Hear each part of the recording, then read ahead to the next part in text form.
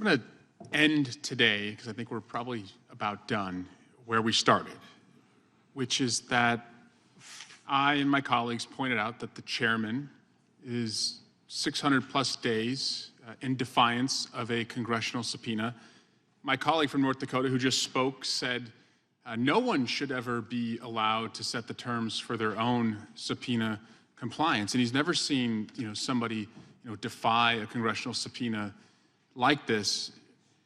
Mr. Van Drew from New Jersey has throughout the day said there's rules for thee, but not for me. That's what Hunter Biden is asking. And then the chairman, in a very defensive response to the point we've made about his own subpoena defiance, said, well, all I wanted to do was I sent an 11-page letter and I was willing to testify, I was willing to negotiate.